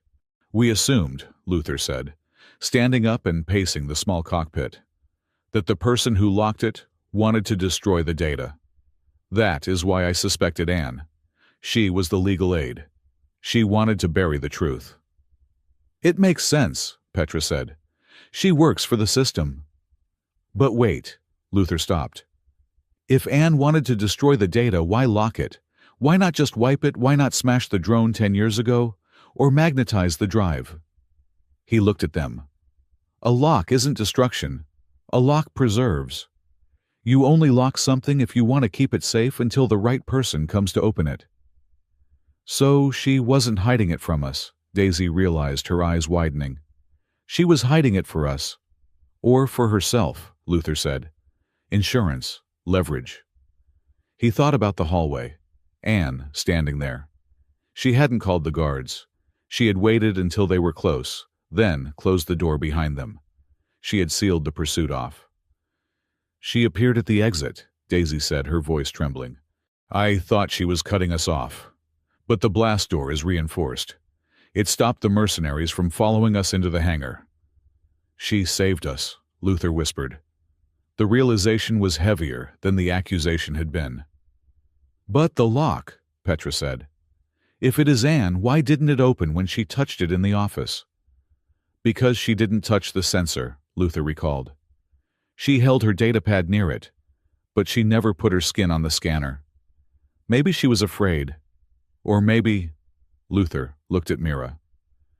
Mira, when you found the drone, was it just lying in the nursery? No, Mira said. It was in a box, in the attic. A box marked Old War stuff. My stuff, Luther said. Anne organized my move to the estate 5 years ago. She packed everything. He looked at the drone. If the lock requires a biometric scan, Luther said, and it isn't me and it isn't the Filari, then it has to be someone who was there 10 years ago. Someone who had access to the drone immediately after I brought it back. Who? Daisy asked. Luther closed his eyes. He saw the face of the young legal aide fresh out of university, horrified by the reports coming from Sector 4. He saw her crying in the file room. He saw her taking the drone from his desk to process it into evidence, and bringing it back an hour later, claiming it was broken. It is Anne, Luther said firmly, but not her handprint. He turned to the computer. Petra, pull up the medical files for Anne, form the company database. Look for scars, injuries, anything unique. Petra tapped the keys. Anne Sterling, clean record, corrective surgery on left eye, appendix removal, and wait. What? Retinal burn, Petra read. 10 years ago, treated at a military hospital, cause exposure to high-intensity laser during data salvage. Luther looked at the drone's optical sensor, the blue eye. It is not a handprint lock, Luther said. It is a retinal scan. She looked into the drone's eye to lock it. She burned her own retina to seal the file. Why? Daisy asked. Because, Luther said, looking out at the swirling blue lights of hyperspace. Haldane would have killed her if he knew she had the evidence. So she locked it inside a broken toy and hid it in the house of the only man she knew was stubborn enough to keep it. He slumped back into his chair. She didn't betray me, Luther murmured. She has been protecting this evidence for a decade, and tonight she gave up her career, her safety, everything just to make sure we got it off the station. Then we have to go back, Mira said. We have to save her. We can't, Luther said, his voice heavy with grief. Not yet. If we go back now, we all die. The only way to save Anne is to open this file and bring Haldane down. But we need her eye to open it, Petra pointed out. And she is back there with them. Luther looked at the drone. He picked up his screwdriver. I told you, Luther said, a dark determination filling his voice. I have never met a machine I couldn't break. If the key is a retinal pattern, I don't need the eye. I just need to trick the sensor into thinking it sees the eye. He looked at Petra. Pull her medical scan, the high-resolution map of her retina from the surgery. I am going to build a contact lens that mimics her eye. Can you do that? Daisy asked. Luther looked at his hands, steady, scarred, capable. For her, Luther said. I will build a new sun if I have to. He turned the drone over. Get me the soldering iron. We have work to do. The low, rhythmic thrum of the Scavenger's sublight engines was not a noise. It was a heartbeat. It vibrated through the steel deck plates, through the soles of Luther's boots, and settled deep in his chest. It was the sound of a ship that was ugly tired and refusing to die, much like its captain. Luther sat on a crate of hydraulic fluid in the corner of the engine room. The air here was thick with the scent of recycled ozone and warm grease, a smell that usually reminded him of work. Tonight, it smelled of sanctuary. In the center of the room, curled up on a pile of thermal blankets between two coolant pipes, Mira was asleep. The exhaustion of the escape, the trial, and the terror of the blackout had finally claimed her. She looked impossibly small against the brutal industrial machinery. Her hand was still loosely gripping one of the drone's rotor blades, even in her dreams. Daisy sat beside her daughter, her back resting against the humming generator. She was singing. It was a song Luther did not understand, sung in the Filari tongue. The notes were not like human music. They were lower, vibrating in the throat, sounding like the purr of a great cat mixed with the patter of rain on a glass roof. It was a lullaby, but it carried the weight of a dirge. Luther closed his eyes. For 50 years, he had defined himself by the noise of his life, the scream of artillery, the roar of crowds, the shouting of the board, the silence of an empty mansion. He had thought peace was the absence of noise. He was wrong. Peace was this: a mother singing to her child in the belly of a fleeing ship. For the first time since Sector 4, since the fire and the ash, Luther felt something loosen in his chest. The knot of survivor's guilt that had tightened every morning for a decade began to unravel. He felt forgiven, not by a judge or a priest or a board of directors, but by the simple fact that this child was breathing. The hatch to the engine room hissed open. The heavy steel door clang broke the spell. Daisy stopped singing. Her ears swiveled instantly toward the sound, her eyes sharpening from maternal softness to protective steel. Petra stepped in. She looked like a wreck. Her tactical vest was scorched, her face smeared with soot, and she was favoring her left leg. But her expression was grimly professional.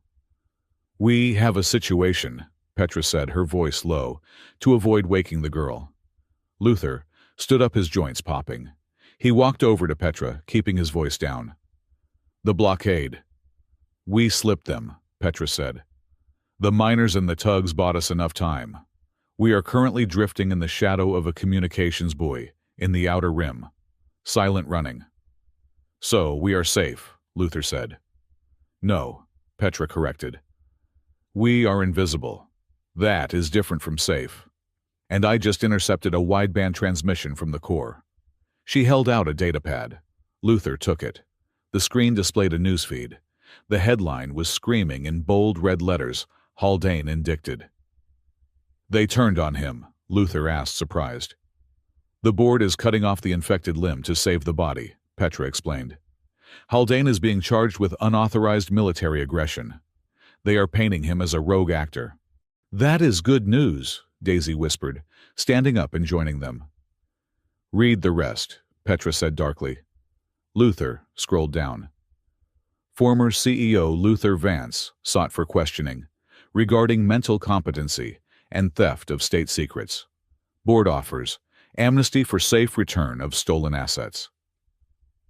"They still want you," Petra said. "They are throwing Haldane to the wolves, but they are terrified of what is on that drone. They want to bury the data, Luther, and they want to bury you with it." "They are offering a deal," Luther muttered, reading the fine print. "Full reinstatement of pension, dropping of all charges, in exchange for the voluntary surrender of the alien contraband." He looked at Mira, sleeping on the floor. "Alien contraband," he repeated, tasting the bile in the words. "We have a visitor," Petra added. Luther stiffened. "A visitor. We are in deep space. How?" "A single shuttle just hailed us," Petra said. "It is using your personal encryption code, the one only 3 people have. Me, you, and your legal counsel." Luther's grip on the datapad tightened until the plastic creaked. "Anne. She says she wants to parley," Petra said. "She is alone. She says she has the key to the lock." Daisy looked at Luther. "It is a trap." "Probably," Luther agreed. "But if she has the key, she is the only way we open that file without destroying it." He looked at the drone, sitting next to Mira. Then he looked at Petra. "Let her dock," Luther said. "But keep a rifle pointed at her head from the moment the airlock cycles." The cargo bay of the Scavenger was a cold, cavernous space, lit only by the harsh yellow glare of the work lights. The airlock hissed, cycling through the decontamination process. Luther stood in the center of the bay. He was not wearing his suit jacket anymore. He was in his shirt sleeves, grease-stained on his cuffs, looking less like a billionaire and more like the mechanic he had started as. Daisy stood beside him, her posture erect, her hands empty, but her claws slightly extended. The inner door slid open. Anne walked in. She looked impeccable. Even after the chaos of the tribunal after the escape, she looked as if she had just stepped out of a boardroom. Her white suit was pristine. Her hair was perfectly coiffed. But there was something different in her eyes. The usual cold calculation was there, but it was brittle. She looked like a woman walking across a frozen lake, waiting for the ice to crack. She stopped 10 feet from them. Petra stood in the shadows behind her, the barrel of a pulse rifle leveled at Anne's spine. "You look terrible, Luther," Anne said. Her voice echoed in the empty bay. "I have had a long night," Luther replied. "I hear you are the hero of the hour. Daisy tells me you closed the blast doors to stop the mercenaries." Anne's expression didn't change. "I closed the doors to contain the situation. Uncontrolled violence is bad for stock prices." "Is that why you are here?" Luther asked. "To control the situation." "I am here to offer you a life raft," Anne said. She took a step forward, ignoring the audible click of Petra's safety catch, disengaging. "Haldane is finished. I made sure of that. I leaked his private comms to the judiciary 10 minutes ago. He is going to prison for a very long time." "You leaked them?" Daisy asked, surprised. "I told you I manage risk," Anne said, not looking at the Filari. She kept her eyes on Luther. "The board is panicked. They are willing to make a deal. A clean ending. You come back. You issue a public apology, blame it on stress, blame it on the war. You hand over the drone and the refugees to the authorities. And then," Luther asked quietly. "And then you get your company back," Anne said. Her voice took on a desperate pleading edge. "You get your life back, Luther. The shipyard, the contracts, the legacy. We can rebuild. We can make sure Haldane never touches you again."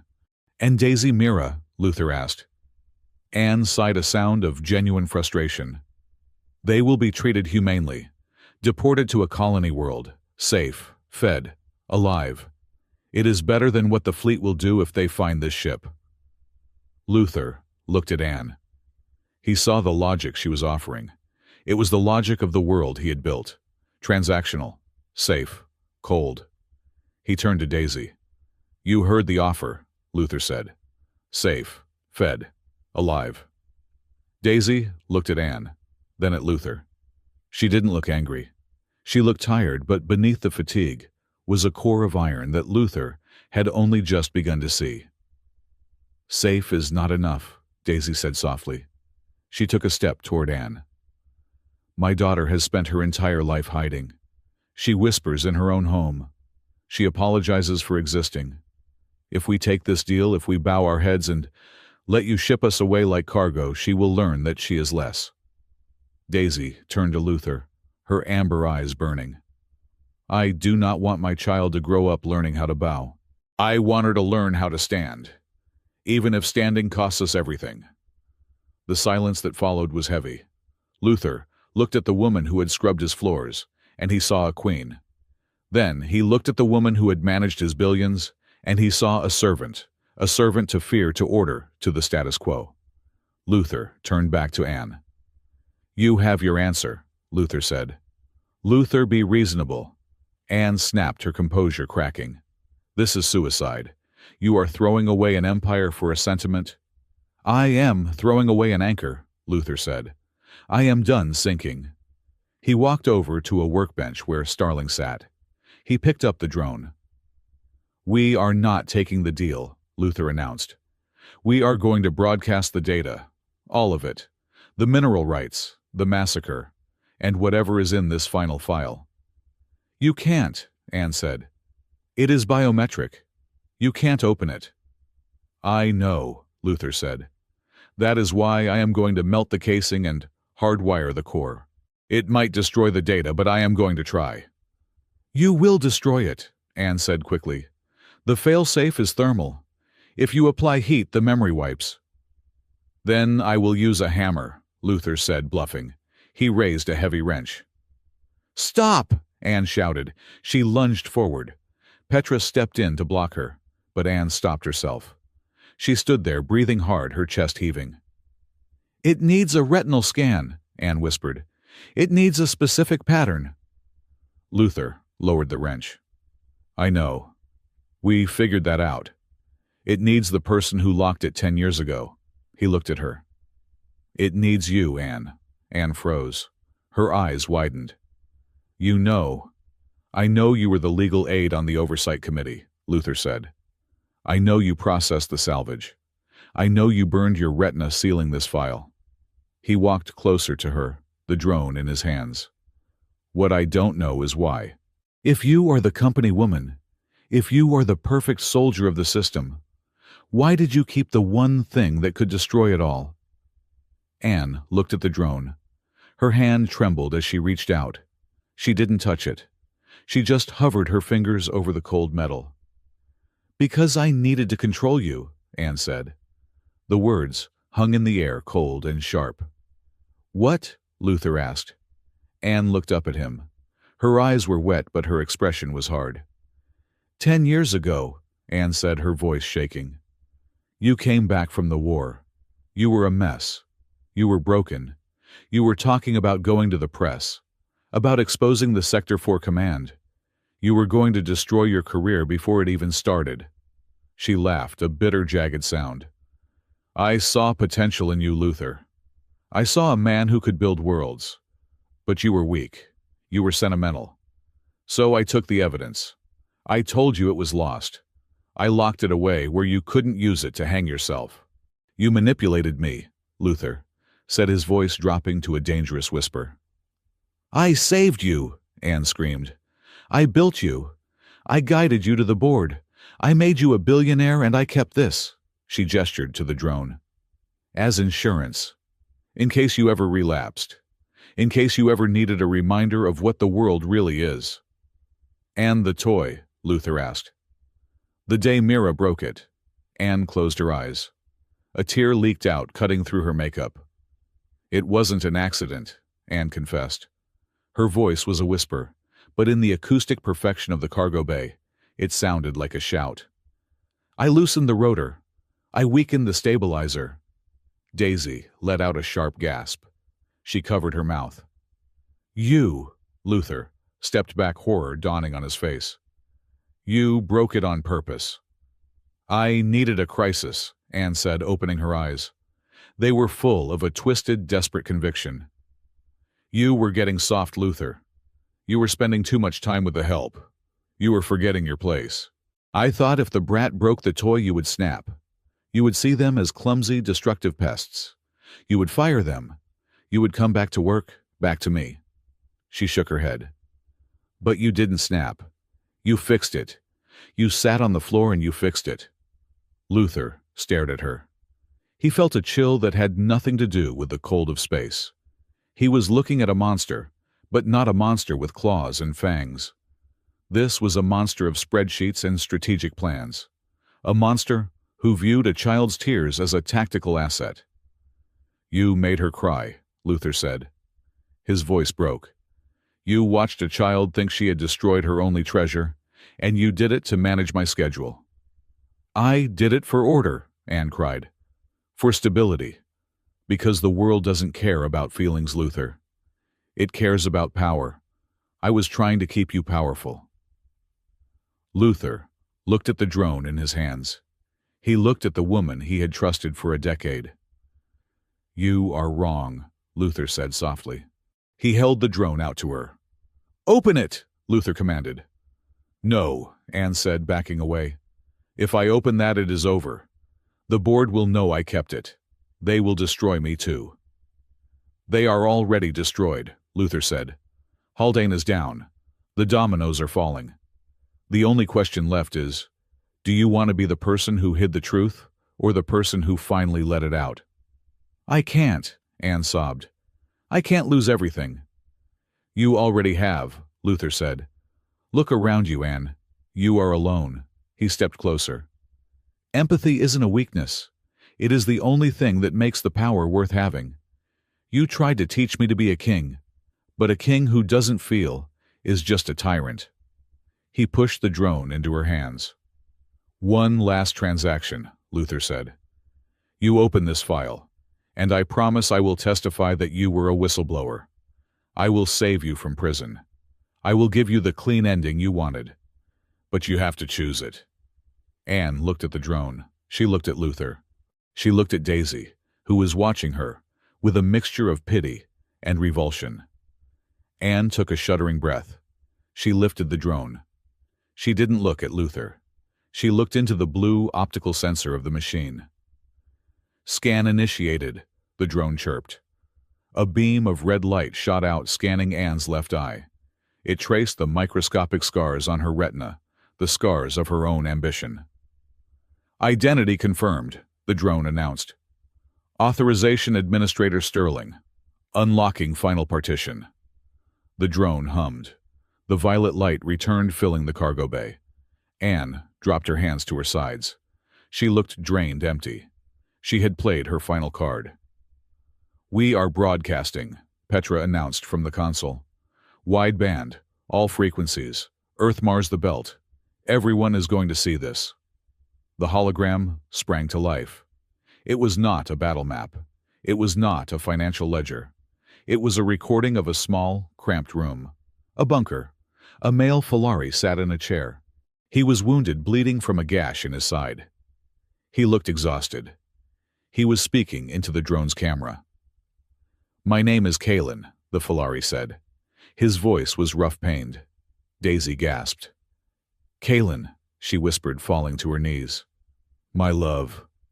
If you are seeing this," the recording continued, "then the city has fallen. I am sending this drone with the last transport. I hope it finds you, Daisy."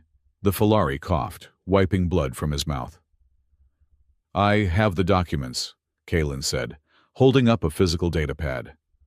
"The proof that Haldane fabricated the rebellion to seize the lithium mines. But I cannot leave. I have to stay and hold the line so the shuttles can launch." He looked directly into the camera. "I have hired a human," Kalen said. "A mercenary unit. I do not know their names. I only know their call sign. Ghost." Luther froze. Ghost. That was him. That was his squad. "I transferred the credits," Kalen said. "Everything we had. I paid them not to fight but to protect. I hired the human commander to ensure this data reaches the High Court." Luther's knees gave way. He sat down heavily on a crate. He hadn't just saved a baby on a whim. He hadn't just disobeyed orders. He had been hired. The memory hit him like a physical blow. The encrypted transmission he had received the night before the attack. An anonymous transfer of funds. A request for asset protection. He had thought it was a command from intelligence. He had taken the mission thinking he was securing a VIP. He hadn't known the VIP was a drone and a baby. "Commander Ghost," the recording continued.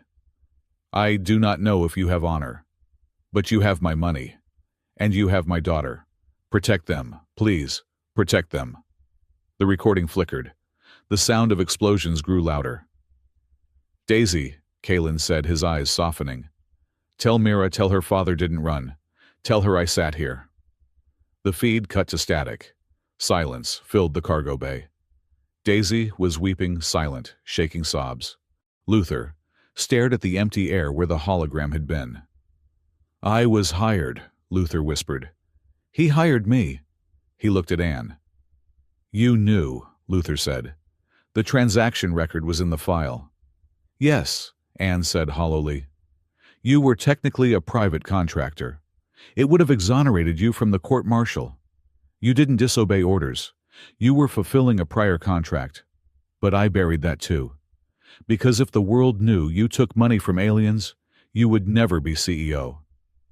"You buried his honor," Daisy said, standing up. She walked over to Luther. She didn't touch him. She looked at him. "You buried the fact that he was a guardian." Luther looked up at Daisy. "I didn't know. I swear. I thought I was just acting on instinct." "You were acting on something deeper," Daisy said. "You honored a contract you didn't even know you had signed. You saved her." Petra's voice broke in. "The broadcast is out. The reaction is instantaneous.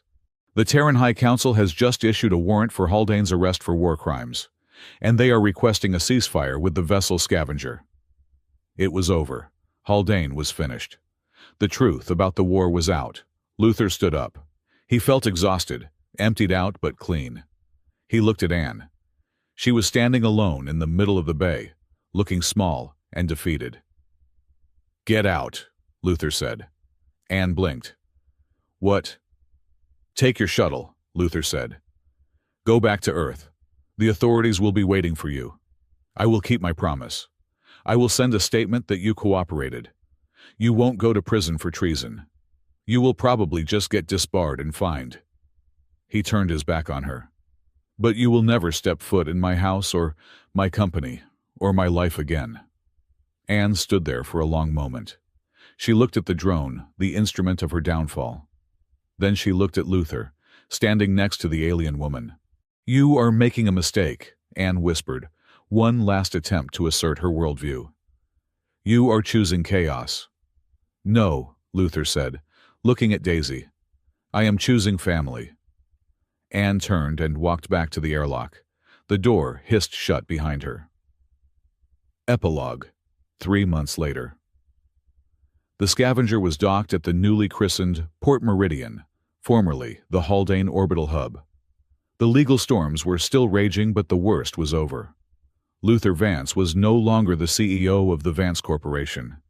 He had stepped down, retaining only a majority shareholder position and the title of Chief Engineer. He spent his days in the dry dock wearing grease-stained coveralls, fixing ships that other people said were too broken to save. He was poorer by about 50 billion credits, having liquidated most of his assets to pay reparations to the Filari families displaced by the war.